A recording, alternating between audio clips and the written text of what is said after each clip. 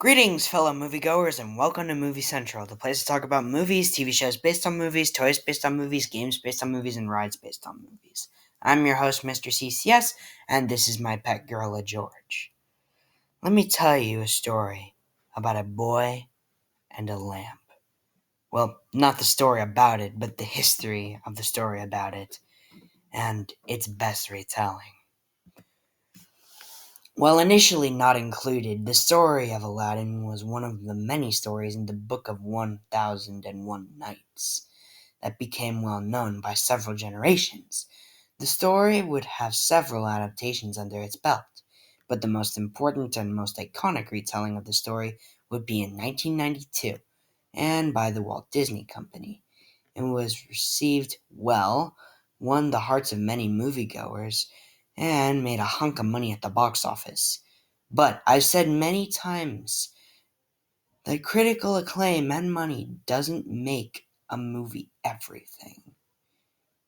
So how about we hear if this movie is actually great? This is Walt Disney's Aladdin. Aladdin, voiced by Scott Weinger, is a lovable street urchin who meets Princess Jasmine, voiced by Linda Larkin, the beautiful daughter of the Sultan of Agrabah. While in a monstrous cave, Aladdin stumbles upon a magic oil lamp that unleashes a powerful, wisecracking, larger-than-life genie, voiced by the late and incredibly talented Robin Williams. As Aladdin and the genie start to become friends, they must soon embark on a dangerous mission to stop the evil sorcerer Jafar, voiced by Jonathan Freeman, from overthrowing young Jasmine's freedom. Wow, and I mean just wow. What an amazing and smooth story that gives any live action a run for its money. If you don't know how much I loved this movie, then you're going to find out today, because this movie is my favorite classic Disney movie. And there is no other movie that can come close apart from one you will see very soon in the coming weeks.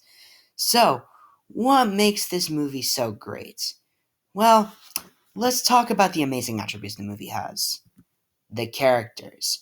Aladdin is the perfect protagonist. He's brave, witty, and when push comes to shove, he's a full-blown action hero. The best part about his character is he's just an ordinary guy who got stumbled across, which makes him relatable. Same thing goes for Princess Jasmine, who is not only my favorite Disney princess, but also one of my favorite female characters ever written. She is very independent and brave. Refusing to bow down to someone of power takes a lot of guts. Then, of course, there's the genie, who is still to this day one of the best comedic characters ever written. He's well written, his jokes always land, and he's just a straight up great character. This has to be Robin Williams' best performance in his long and amazing career. Then there's Jafar, who's still an amazing villain. He's threatening, he's scary, and he's even comedic in certain situations. As for the side characters, they're just as good as the main characters. Abu, Raja, Iago, and the Sultan are all great comedic and serious characters when they need to be, which is why they are great. Alright, enough about the characters. How's the animation? Well, it's amazing. And I mean really, really amazing.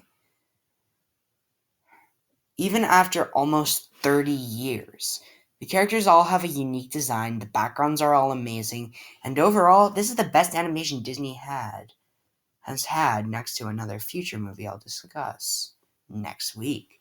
As for the music, Howard Ashman and Alan Menken deliver yet another amazing score, with whimsy, adventure, and genuine emotion. Then, of course, we have the amazing songs. The notable ones include Friend Like Me, Prince Ali, and of course, A Whole New World, which you bet your boy and his lady will listen to on a drive one of these days, when I'm old enough to drive. So yeah, I love this film. It's not only Disney's best traditional animated film, but it's in my top 5 favorite films, period. With that, it of course earns a 10 out of 10. Rub the lamp and wish for this wonder. Well, that's it for this review, and I'm glad to be back from a short holiday. Tune in next week when we take a look at our last traditional animated Disney film, with The Lion King. With that said, my name is Mr. CCS, this is Movie Central, and that, my friends, is a wrap. See you next week.